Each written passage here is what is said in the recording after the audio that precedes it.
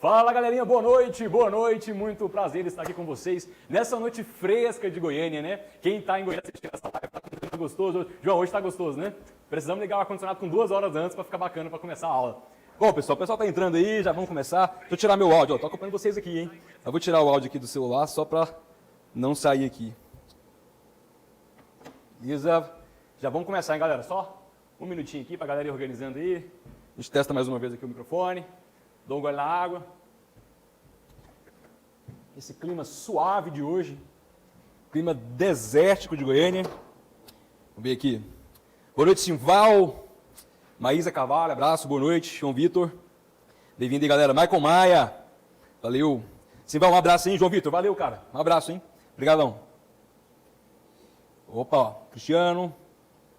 Isa. Como é que estamos aí, João? Como é que tá o fluxo aí? É?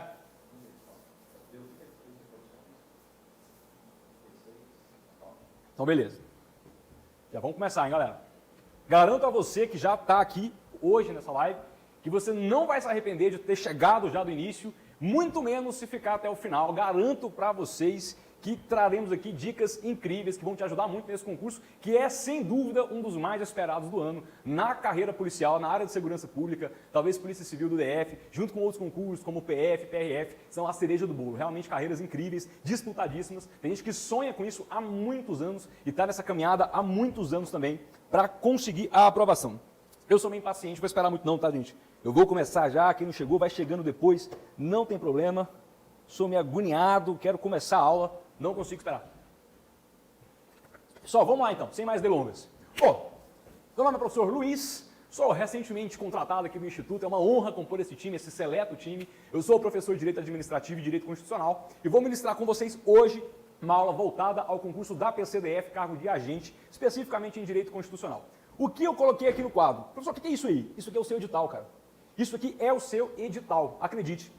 Foi até uma surpresa para nós. O edital anterior da Polícia Civil para a gente, em Direito Constitucional, era um edital muito mais extenso mesmo. Tanto que o conteúdo foi bastante diluído e você encontrava questões sobre separação dos poderes, tinha questão sobre poder executivo, poder legislativo, artigo 5º que é consagrado, enfim, foi muito diluída. Nenhum assunto destacou, foi muito bem distribuído, porque o edital era muito extenso. Aqui é uma surpresa, uma grande surpresa, o que nos exige uma adaptação, porque o edital veio muito enxuto. Você tem 2 títulos, né? Título 1 dos Direitos e Garantias Fundamentais, que, né, inaugura ali, na verdade é o título 2, né? O título 1 é Princípios Fundamentais, é porque é o tópico 1 do edital, mas é título 2 dos Direitos e Garantias Fundamentais, título 2 da Constituição, que tem basicamente 5 capítulos. Você tem ali o capítulo 1º, que é dos direitos e deveres individuais e coletivos, o consagrado artigo 5º. Você tem o capítulo 2º, que são direitos sociais. Depois você tem o capítulo 3º, nacionalidade. Capítulo 4, direitos políticos. E capítulo 5, partidos políticos. Então você vai ter que estudar o que dentro do título 1. Isso aqui é só uma introdução, tá, gente? A gente vai resolver questões hoje, vamos revisar muita coisa. Vou trazer aqui possíveis pegas, dicas de estudo, dicas de revisão. Pode ficar tranquilo. Isso aqui é só a nossa introdução, bem rápido, te localizando no edital. Então você vai ter ali basicamente artigo 5º, que é o primeiro capítulo desse título. Depois, direitos sociais, que é o segundo capítulo, que vai do artigo 6º até o 11. Depois você vai ter nacionalidade, que é o terceiro capítulo, artigo 12 e 13. Depois você tem ali direitos políticos, artigo 14 ao 16. E, por fim, partidos políticos, que é o artigo 17. Artigo 17. Já aqui, ó, o título 5, o capítulo 3, que é da segurança pública, é basicamente um artigo, é um único artigo, o artigo 144, já consagrado. Todo mundo que é da área policial certamente domina o artigo 144. Quem sonha com polícia já sabe muita coisa do 144 antes mesmo de estudar. O cara tem paixão, então o cara sabe quem é polícia repressiva, quem é polícia preventiva, o cara já sabe há muitos anos que PM é a polícia ostensiva, por aí vai. Então 144 é um artigo que geralmente nenhum de vocês tem dificuldade, até porque a redação também é bem tranquila, só se atentem à novidade, né, pessoal? A novidade da emenda constitucional do ano passado que institui a Polícia Penal. Então, se atentando a esse detalhe, o 144 não é obstáculo para ninguém. Aqui está o grande X da questão. Um edital muito enxuto, muito pequeno, te exige um nível de domínio um pouco maior. Porque se é pequeno, parece que é fácil, mas é fácil para todo mundo. Então, geralmente é o tipo de edital que exige, pelo menos em direito constitucional, vai exigir que você tenha um bom desempenho na disciplina. Você vai ter que, pelo menos, chegar perto de gabaritar a constitucional, senão você vai se complicar, tá? Você vai se complicar. Se você acertar ali 20% de constitucional, muito difícil você vai passar na prova. Tem que ter um êxito muito maior que isso, tá? O que eu apostaria aqui? O que eu apostaria? Estudando o CESP já há muitos anos, conhecendo a instituição, eu apostaria em artigo 5º primeiramente, o que, acredito eu, você também já apostava, eu apostaria também em nacionalidade.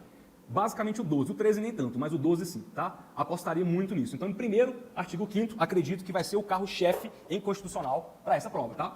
O artigo 5º vai ser ali o carro-chefe. Acho que fica em primeiro lugar no nível de incidência de questões. Nacionalidade, eu colocaria como minha segunda aposta. Nacionalidade, eu colocaria ali como a segunda aposta.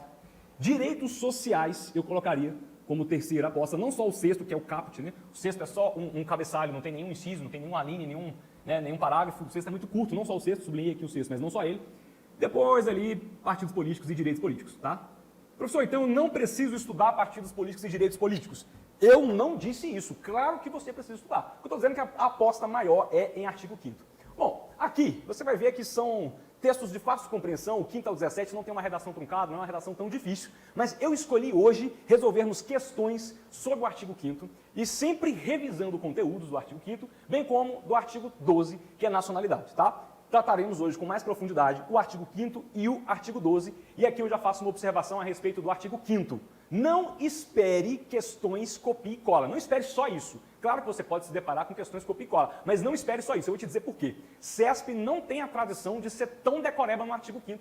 CESP, para cobrar direito constitucional dentro de artigo 5º, surpreende o chamado concurseiro decorador. Tem concurseiro que é decorador, o cara não entende nada, mas sai decorando tudo. Claro que tem um mérito de decorar, às vezes ele até passa na prova decorando, mas existe um problema aí. Porque o artigo 5º, eu vou te provar isso hoje. Eu vou te provar com as questões que eu trouxe, e não foram escolhidas a dedo, não. Assim, vou pegar essa porque combina com o meu discurso. Não. Pegando tranquilamente tudo que aparecia para mim, era exatamente o que eu estou dizendo a você, que as questões não são decorebas de artigo 5º. Pelo menos não para a CESP. CESP traz questões mais interpretativas, tá? E com um pouco de jurisprudência, ou os dois. Você tem que interpretar, entender e aplicar jurisprudência. Então, há um grau de complexidade um pouco maior do que só decorar. O aluno que sai decorando tudo, ele tende a ter dificuldade, só decorando, né? Ele tende a ter um pouco de dificuldade com as questões do CESP de artigo 5º. Tem aluno que é excepcional, o cara se pergunta para ele, o que é o artigo 5º, inciso 2? Qual é o conteúdo do artigo 5º, inciso 2? Aí o cara me diz, ninguém será obrigado a fazer ou deixar de fazer alguma coisa senão em virtude da lei. Aí eu pergunto para ele, tá, e o que isso quer dizer? Aí ele repete, que ninguém será obrigado a fazer ou deixar de fazer alguma coisa senão em virtude da lei. Ele é um decorador, só que o CESP não gosta de copia e cola, para artigo 5º. O CESP traz questões um pouco mais interpretativas. E esse cara que é um decorador, é um método, eu respeito, é um método de estudo, mas é um método que fica prejudicado com as questões do CESP. Beleza? Chega de conversa, vamos pôr isso em prática? Vamos ver isso. A gente vai conseguir revisar, pessoal, muita coisa aqui com artigo 5º e artigo 12. Você não vai se arrepender, dou a minha palavra que você não vai se arrepender, não vai ter nada óbvio. Eu realmente vou trazer aqui alguns elementos que eu acho que vão contribuir muito com o seu estudo. Pelo menos assim eu espero. Vamos iniciar. Vamos iniciar. Questão 1. Vamos lá. À luz da Constituição, julgue os itens que se seguem acerca de direitos e garantias fundamentais. Aí, claro, eu peguei só uma questão, né? Então não são vários, vai ser só esse item. Havendo iminente perigo público, a autoridade competente poderá usar de propriedade particular assegurada ao proprietário indenização ulterior se houver dano. É engraçado isso, né? A primeira questão de cara já quebra meu discurso. Porque essa aqui foi complicada. Mas eu te disse que não é frequente. Você vai ver que as demais não são tanto. Mas essa aqui sim, essa aqui é literalidade, não te exigia muita interpretação não, te exigia basicamente conhecimento do artigo 5º, inciso 25, onde tem um instituto chamado requisição administrativa. O que você precisa saber para gabaritar essa questão? O texto da requisição. Quando você pega o artigo 5º, a partir do inciso 22, no 22 existe uma redação que lhe garante a chamada propriedade privada. Aí vem o artigo 5º, inciso 23, e começa a reduzir esse direito de propriedade. Ele diz, espera lá, eu te garanto o direito de propriedade, entretanto é necessário atender à função social. Aí vem o inciso 24 e continua te tomando a propriedade. E diz o seguinte, é possível que haja a desapropriação em razão de utilidade pública ou interesse social nos termos da lei. E essa lei é o decreto 3365 de 1941. Aí vem o inciso 25 e novamente te toma a propriedade. É possível, em razão de iminente perigo público, que a autoridade se valha de seus bens privados, desde que haja indenização ulterior havendo dano. Deixa eu explicar isso aqui em forma de exemplo, que aí você não esquece nunca mais. Já viu o filme do Tom Cruise? Filme do Tom Cruise, filme de ação com o Tom Cruise. Geralmente ele é o mesmo personagem em todo o filme, só muda ali o nome do personagem, né? O roteiro é o mesmo, né? Muito tiro, muita porrada, ele vai salvar o mundo é Nova York, e por aí vai. Geralmente é isso o filme. Tem uma cena que é clássica, que vai servir para o nosso exemplo aqui. Cena clássica. Todo filme de ação, todo grande filme de ação tem uma cena clássica, em que o sujeito pula de um prédio em chamas, o bandido entra num veículo, sai correndo, e o sujeito que é o policial, o agente secreto, se vê ali a pé, né, não tem como alcançar o sujeito, nisso está passando um cidadão ali com a família, indo para a padaria, indo ao shopping, aí o sujeito, que geralmente ele é o Tom Cruise, ou outro cara que faz filme de ação, mete uma porrada no motorista do carro, toma o carro da família para perseguir o bandido, né, naquele esculacho total. O que é aquilo? Quando o Tom Cruise ele toma o carro de alguém passando na rua para perseguir o bandido, o que é isso do ponto de vista jurídico? Requisição administrativa. Não só é possível, como tem guarita constitucional. Ah, professor, então pera lá. No Brasil, pode uma autoridade policial tomar meu carro, tomar minha moto, para concluir uma perseguição, para uma situação de emergência, para um resgate, algo nesse sentido? Pode. Pode. Claro que quando você ingressa na polícia e vai estudar o POP, o procedimento operacional padrão, você vê que é quase impossível isso acontecer, porque os estatutos restringem muito essa prática. Alguns estados, os estatutos das polícias sequer permitem que se chegue a tanto. Mas se o estatuto prevê isso, não tem nada de inconstitucional. A Constituição, pelo contrário, permite que isso ocorra. Então pode o policial sim pegar o teu veículo, faz o que tem que fazer, salva quem tem que salvar, prende quem tem que prender, depois volta e te devolve. Paga alguma coisa por utilizar o seu veículo? Nada. Tá, professor, mas suponhamos que eu entreguei meu carro brilhando e o meu carro, que era uma SUV, um carro enorme, voltou um carro compacto de tanta batida. Né? Era ali o tamanho de uma SW4, chegou ali um Marte. Fica por isso mesmo? O policial pede desculpa e toca a vida? Não. É aí que entra a lógica da requisição e o texto da questão. Você será indenizado caso haja dano. Pessoal, na moral, isso aqui cai muito. Requisição é tão cobrado que essa foi na PCDF, né? PCDF, esse concurso foi em 2013. Essa mesma questão o SESC cobrou de novo em 2019 na PRF, com um detalhe diferente. Lá na PRF estava escrito assim, ó, havendo indenização, mesmo se não houver dano. SESC só mudou um pouco a redação, mas o mesmo conteúdo foi cobrado novamente. Lá o gabarito era errado. Aqui o gabarito é correto. É possível sim, ó. Havendo iminente perigo público, a autoridade competente pode usar de propriedade particular assegurada ao proprietário indenização ulterior. Isso aqui é texto constitucional, tá, pessoal? Tá assim na Constituição, quer dizer posterior, se houver dano. Indenização ulterior, caso haja dano. Corretíssimo. Esse aqui queimou minha língua, porque é letra de lei. Nem tinha muito o que pensar. Esse aqui é letra de lei mesmo. Próxima questão. Vou pagar melhor aqui. Os direitos e garantias fundamentais constitucionais estendem-se aos estrangeiros em trânsito no território nacional, mas não às pessoas jurídicas, por falta de previsão constitucional expressa. Certo ou errado? Diz pra mim aí. Certo ou errado? Deixa eu tentar acompanhar aqui com a galera que tá online. O meu aqui tá com delay, acho que nem compensa eu ficar olhando não, tá? Quase o João me passa aí, pergunta alguma coisa, tá, pessoal? Vou acompanhar não. Certo ou errado? Diz pra mim. Professor, mas eu li o artigo 5º de cabo a rabo e isso não está muito claro, não está expresso isso lá. Tá mesmo não. Começou o que eu te falei. SESC adora cobrar partes do artigo 5º que não são expressas, implícitas, deduzivas, interpretativas ou, especialmente, jurisprudenciais. Foram previstas, foram interpretadas pelas cortes superiores, especialmente pelo STF, em se tratando de Constituição. Bom, vamos pensar isso aqui. Você sabe muito bem, né, o que são, você tem uma noção, pelo menos, do que seja, cadê? Direitos e garantias fundamentais. Você tem uma noção disso, né? Direitos e garantias fundamentais. Entretanto, você vai ser pego na parte de baixo. Até aqui, beleza também, tá? Assistentes aos estrangeiros. Claro, você imagina o estrangeiro no Brasil, a gente pode matar. Pode matar, porque estrangeiro não tem direito à vida. Ele é estrangeiro, não é brasileiro? Faria sentido? Faria sentido dizer o seguinte, estrangeiro eu posso tomar a propriedade dele quando eu bem entender. Por quê? Porque a propriedade é um direito fundamental dos brasileiros, dos estrangeiros não. Faria sentido nenhum, concorda? Concorda que não faria sentido nenhum? O direito à vida, à propriedade, à igualdade, são direitos assegurados aos seres humanos que aqui estejam. Não importa se é brasileiro ou se não é brasileiro. Então, o estrangeiro que esteja no nosso território terá também assegurado os seus direitos fundamentais. Isso é indiscutível. São direitos inerentes ao ser humano. Perfeito? Então, até aqui não tem debate. O que eu tenho certeza que te pegaria, que deixaria você inseguro, é essa parte final. Pessoa jurídica não teria direito fundamental. Lembrando que pessoa jurídica nada mais é do que uma ficção jurídica. Não existe, a rigor, pessoa do ponto de vista não biológico, não fisiológico. Fisiologicamente, biologicamente, você bem entende o que é a pessoa. Você se olha no espelho, você reconhece como uma, carne e osso, caminha por aí, faz necessidades fisiológicas. O que seriam as pessoas jurídicas? É uma criação, é uma ficção. Para o direito, pessoa é quem possua personalidade jurídica. E personalidade jurídica é a aptidão para ser sujeito de direitos e deveres. Então, todo aquele que é sujeito de direitos e deveres, que pode processar, que pode ser processado, que pode demandar, ser demandado, que possui patrimônio próprio, que responde por si, isso tudo eu chamo de personalidade jurídica. Quem tem isso, eu chamo de pessoa. Se você funda hoje uma instituição, uma empresa, abre um comércio, você e o seu irmão, registra no nome de vocês ali, registra os atos constitutivos, vai em cartório, tudo certinho, tudo bonitinho, vocês criaram uma pessoa nova. Porque aquela empresa que você e seu irmão fundaram, essa empresa é sujeito de direitos e deveres. Ela pode processar em nome dela, ser processada em nome dela, ter patrimônio próprio. Todo mundo que tem isso, chamado capacidade, aptidão jurídica, né? Personalidade jurídica, todo mundo que tem personalidade jurídica, o direito chama de pessoa.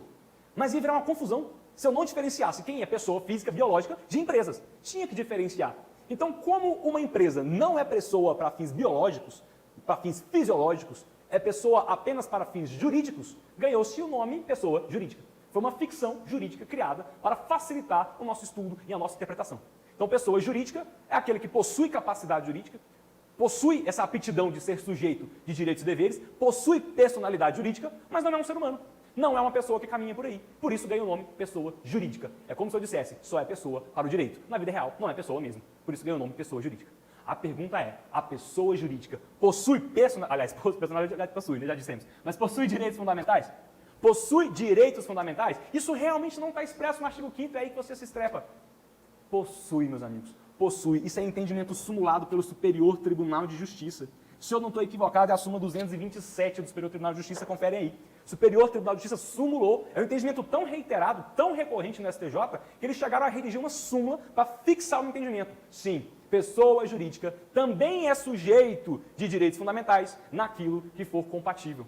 Suponhamos que você se desentende com uma pessoa na padaria perto da sua casa. Você se desentende com a moça do balcão, com o padeiro, o que seja.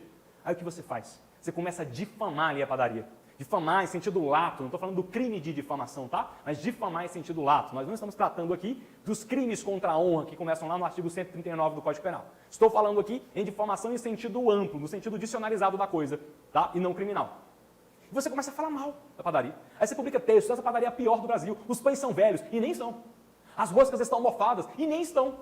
Aí você ainda publiciza isso, patrocina, paga post patrocinado ali para propagar a informação o máximo possível. Concorda comigo que a esfera subjetiva dessa padaria vai ser afetada?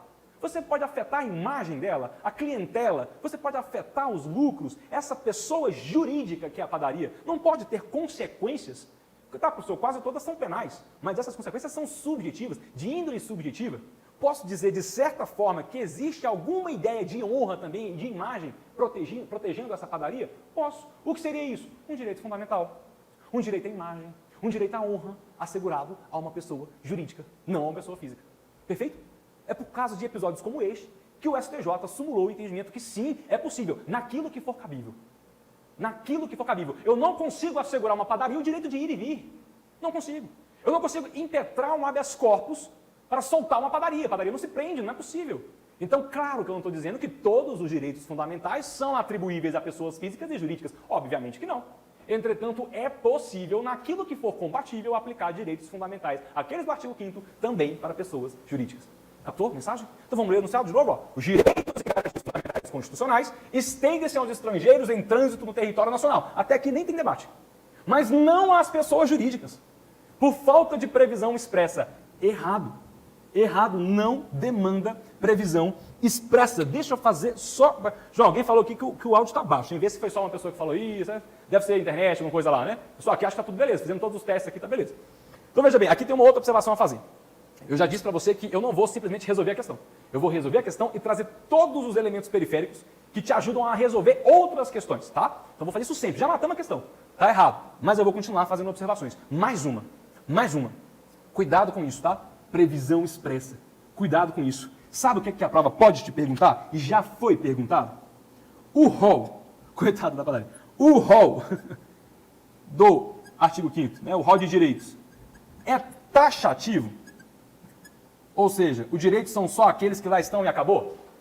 Isso já foi perguntado pela Banca CESP. Responde para mim. O rol de direitos fundamentais previstos no artigo 5º é um rol, aquela lista de direitos que lá estão estampados. É uma lista taxativa, só são aqueles e acabou? Não. É pacífico que não são só aqueles. É pacífico que não é só o artigo 5º. Ainda é pacífico que há direitos fundamentais fora da Constituição, que são direitos materialmente constitucionais, ainda que não sejam formalmente, porque a forma não é constitucional, porque não está dentro da Constituição, mas também são direitos fundamentais. Então, cuidado com essa ideia. Ah, está errado porque não está expresso. Em direitos fundamentais, isso não se aplica. Há direitos fundamentais, inclusive, fora da Constituição. Cuidado, o que o artigo 5º traz é um rol exemplificativo. Tá, pessoal? Não é rol taxativo. Não é rol taxativo. Então, errado aqui o gabarito. Errado. Vamos avançar, temos ainda muitas observações a fazermos em relação a outras questões. Veja como uma questão simples dá para a gente falar muita coisa, né? A vantagem de resolver questão, o bacana de resolver questão é isso. Vai lendo aí, vai lendo aí. Leu? Leia e eu vou reler com vocês. Está bebendo água? Leu? Essa questão não é boa, não. Essa questão não é boa. Essa questão é sensacional. Quem chegou agora, não despeça. Foca 100% aqui, que a gente vai revisar muita coisa nessa questão. Muita coisa mesmo. E é um dos assuntos que eu aposto muito na sua prova. Eu aposto muito em nacionalidade. Eu aposto forte em nacionalidade. Então quem chegou agora, foco total. Quem já estava, mais foco ainda. Se queria ir ao banheiro, não vai agora não. Essa questão não é boa. É sensacional. Ela parece boba, mas não é. Felipe é brasileiro naturalizado e foi morar no Japão, onde se casou com Júlia, uma mexicana. Quando Júlia estava a serviço de seu país na Alemanha, nasceu Alberto, filho do casal, que não foi registrado no consulado brasileiro nem no mexicano. Aos 20 anos de idade, Alberto veio para o Brasil, onde instaurou residência e, ato contínuo, optou pela nacionalidade brasileira. Nessa situação hipotética, no que diz respeito à nacionalidade, a Constituição Federal estabelece que Alberto é brasileiro nato. Cara, que questão bacana. Parece que não, mas é muito bacana. É muito bacana. Eu avisei a vocês e repito, todas as questões aqui resolvidas foram formuladas pela banca CESP e Sebrasp, né? Virou Sebrasp, mas o nosso coração ainda guarda como CESP, né? Nem que seja com ódio ou com amor, mas o coração guarda como CESP. Olha que bacana. O que eu posso dizer dessa questão? Que ela é simples, entretanto inteligente. Por quê? Se você pega o artigo 12, inciso 1, por que o inciso 1, professor? Porque ele quer saber de brasileiro nato. O 12, inciso 2, é de brasileiro naturalizado. Ele quer saber se o moleque é ou não é brasileiro nato. Então é o artigo 12, inciso 1. Artigo 12, inciso 1, a linha A, diz o seguinte: será brasileiro nato aquele que nascido no território brasileiro, mesmo que de pais estrangeiros. Beleza? A linha A. A linha B, será brasileiro nato aquele que nascido no estrangeiro, de pais brasileiros, e um deles esteja a serviço do Brasil. A linha C, será brasileiro nato aquele nascido no estrangeiro, de pai ou mãe brasileiro, e que seja registrado em repartição pública brasileira competente, consulado, uma embaixada lá no estrangeiro, ou que, retornando ao Brasil e estabelecendo residência, opte, a partir da maioridade, e daí para frente é a qualquer tempo, opte, escolha, solicite a sua nacionalidade brasileira. Essas são as três formas de o sujeito ser brasileiro nato. Artigo 12, inciso 1. Ou o cara nasce no Brasil, mesmo que de pais estrangeiros, mas a passeio, ou não estão a serviço do país. Nasce no estrangeiro, mas os pais estão a serviço. Critério funcional e critério sangue, chamando aí, né? Ou, por fim, nasce no estrangeiro e tem duas alternativas. Ou registra lá numa repartição pública competente, como fez o Rodrigo Maia. Rodrigo Maia nasce no Chile. Ele não, né? Os pais, né? Rodrigo Maia nasce no Chile, mas os pais registram ele lá numa embaixada brasileira e ele volta ao Brasil como brasileiro nato. Não registrou? Ainda tem uma chance de ser nato. Volta para o Brasil e, a qualquer tempo, essa criança que não é mais criança, a partir dos 18 anos, a qualquer tempo, a partir dos 18 anos, escolhe a nacionalidade brasileira. Beleza? Esse é o catálogo de brasileiro nato. Professor, mas a questão tem muita informação. Não tem tanta informação útil, não. Útil tem pouca coisa. O resto tem mais enchendo linguiça, está complicando para parecer difícil, mas não é não. O que eu tenho? Eu tenho um brasileiro, casa com outra pessoa fora do país, nasce uma criança fora do país, essa criança volta para o Brasil, adquire a maioridade, estabelece residência e pede para ser brasileiro. É brasileiro nato? É brasileiro nato, não tem debate. Professor, não é simples assim não. É simples assim. O moleque é filho de brasileiro, que nasce no estrangeiro, e volta para o Brasil, e opta pela nacionalidade brasileira, tendo residência aqui e já tendo mais de 18 anos. Nada mais é do que a hipótese do artigo 12, inciso 1, a linha C da Constituição. É só isso. Aí você está dizendo, professor, você não leu direito. Professor, o Felipe é brasileiro naturalizado. Isso não está escrito na Constituição. Não está dito na Constituição que a regra vai ser a mesma se for naturalizado. É a cara do aluno. Aluno bom, o cara sabe a regra. Aí ele lê assim, ó, Felipe é brasileiro naturalizado. Aí ele treme. Ele, pera lá. Não está escrito que o pai pode ser brasileiro naturalizado. Agora lascou. Não sei a resposta. Não sei a resposta. Lascou. E agora?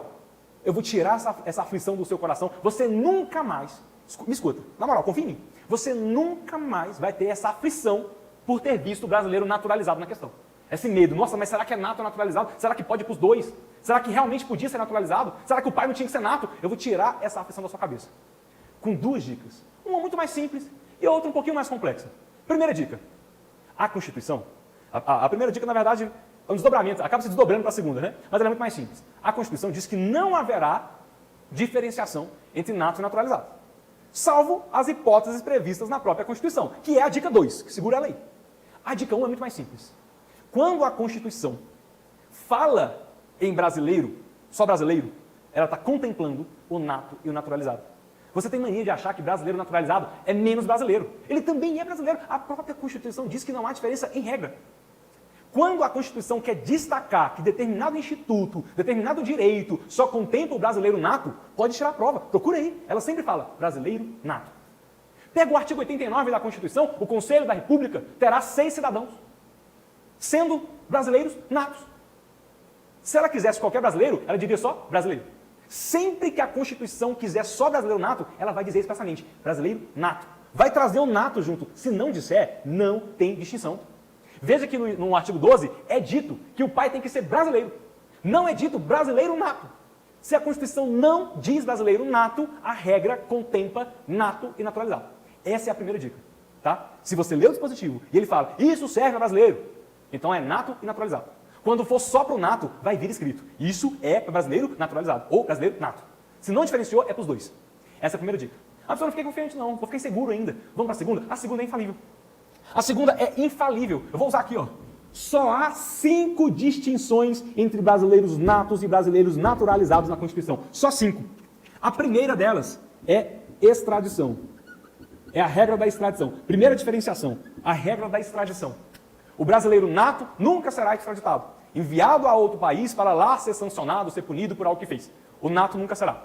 O naturalizado até pode ser, né? Até pode ser. Caso o presidente queira e se encaixe nas hipóteses permissivas, que se permite isso. Quais são as hipóteses? Crime cometido antes da naturalização ou, se depois, apenas o crime de tráfico. Essa é a primeira diferenciação entre natos e naturalizados. A segunda diferenciação, são os cargos privativos. A Constituição separa alguns cargos públicos para serem ocupados exclusivamente por brasileiros natos. Exclusivamente. São eles os cargos de presidente da República e vice, o cargo de ministro do Supremo Tribunal Federal, o cargo de presidente da Câmara. Rodrigo Maia é presidente porque é nato, ele não é naturalizado. Lembra que a mãe dele registrou ele na embaixada no Chile, então ele é nato. Presidente do Senado, oficial das Forças Armadas, carreiras diplomáticas e ministro de Estado da Defesa. Esses 7 cargos são privativos de brasileiros natos. O naturalizado não pode ocupá-los. Então essa é a segunda diferenciação. A terceira diferenciação é a possibilidade de cancelamento da naturalização por decisão judicial. Isso não é possível com o nato. Isso só é possível com o naturalizado. A quarta diferenciação é compor, né? O quarto fica feio. Compor fica mais bonitinho. Compor Conselho da República. Só brasileiro nato pode compor Conselho da República. A quinta e última diferenciação é a propriedade de empresa jornalística. Propriedade de empresa jornalística ou de radiodifusão sonora. O naturalizado não pode, professor? Pode. Só que tem que ter mais de 10 anos de naturalização, tá? O nato até pode, mas tem que ter mais de 10 anos de naturalização. Esse critério nem tem como exigir esse critério do nato, né? Então, são 5 tratamentos diferentes entre o nato e o naturalizado. Quer ficar 100% seguro? Memoriza os 5. Se não está aqui nesse rol, não tem diferença entre nato e naturalizado. As únicas hipóteses previstas na Constituição são essas 5, de diferenciação, né, entre nato e naturalizado. Todos os demais casos se aplica tanto a nato quanto a naturalizado. Primeira dica muito mais simples. Quando for só para nato, a Constituição dirá. Do contrário, era de só brasileiro. Quer a segunda dica ainda mais aprofundada? Memoriza as 5 únicas situações em que há diferenciação entre nato e naturalizado. Professor, isso está na Constituição? Não está. Só que isso está, pessoal, esparso. O seu estudo tem que ter sistematização, tem que ter organização. Você está estudando nacionalidade, aprendeu quem é nato, aprendeu quem é naturalizado? Você vai esperar chegar lá na frente para aprender isso? Não, já anota no seu caderno junto. O estudo tem que ser sistematizado. Isso aqui não está tudo junto num lugar só, não. Extradição, nem está no 12, está no 5º 51. Cargos privativos está lá no 12. Cancelamento, 12 para o 3º, tá? Cancelamento da naturalização está no 12 também. Até aqui, beleza, esses dois estão juntos. Compor com o Conselho da República, está lá no 89. Propriedade de empresa, está lá no 222. Então os assuntos estão esparsos. O seu estudo tem que ser sistematizado. Aprende tudo junto. No nosso curso aqui, inclusive eu estou finalizando o curso, pessoal, já tem mais de 60 aulas. Curso só de Constitucional, uma isolada de Constitucional. Estou quase finalizando, já tem 60 aulas, tá? Eu tenho uma porrada aí, mas vou acelerar. Lá, quando eu explico nacionalidade, eu já ensino tudo isso. As diferenças, quando tem, quando pode, a jurisprudência, quais são os detalhes de um, quais detalhes de outro. Você tem que sistematizar o seu estudo, beleza? Com essa dica você não erra nunca mais. Você nunca vai ter essa preocupação em se assustar quando você vê a expressão naturalizado. Aqui a banca foi inteligente, ela colocou na maldade o naturalizado aqui. Porque você está acostumado a ler na Constituição e lá fala assim, ó, o filho de brasileiro. Realmente não fala naturalizado, mas nem precisava falar, porque não faz diferença. Serve tanto ao nato quanto ao naturalizado. Questão bacana, cara. Gostei muito dessa questão. Gostei muito. Uma questão que engana, né, galera? Parece simples e, às vezes, nem é tanto. Gabarito correto. Esse moleque é, sim, brasileiro nato. Não tem debate. Próximo. A conversa telefônica gravada por um dos interlocutores não é considerada interceptação telefônica. Novamente, algo que não está expressamente escrito no artigo 5º. Entretanto, o fundamento é artigo 5º. É artigo 5º. Se você pega o artigo 5º, inciso 12, você vai ver que é de lá que parte o substrato teórico dessa questão. O artigo 5º, inciso 12, traz a regra da inviolabilidade das comunicações. São invioláveis as comunicações de dados, telegráficas, a correspondência, a telefônica, salvo esta última, para fins de investigação criminal ou instrução processual penal, precedida de ordem judicial. Beleza. Isso é basicamente o texto do 5º 12. Tá, mas onde é que entra ali a conversa gravada? Pode ou não pode? É ou não é interceptação? É ou não é interceptação? Não é interceptação. A conversa gravada por um dos interlocutores não se confunde com interpretação ou interceptação. A interceptação, meus amigos, um terceiro grava, interrompe ali aquele ciclo de comunicação e abstrai aquelas informações, né, em tempo real. Um terceiro realiza isso sem anuência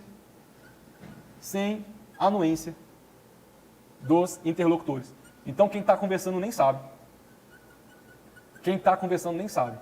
Se um deles sabe, aí já escuta, né? Então, um terceiro sem a anuência dos interlocutores. Aqui não é um terceiro. Aqui é um dos interlocutores gravando a conversa. Isso não é interceptação. Portanto, gabarito certo, mas nós não vamos parar por aqui. Vamos ampliar, vamos fazer mais observações. Outras formas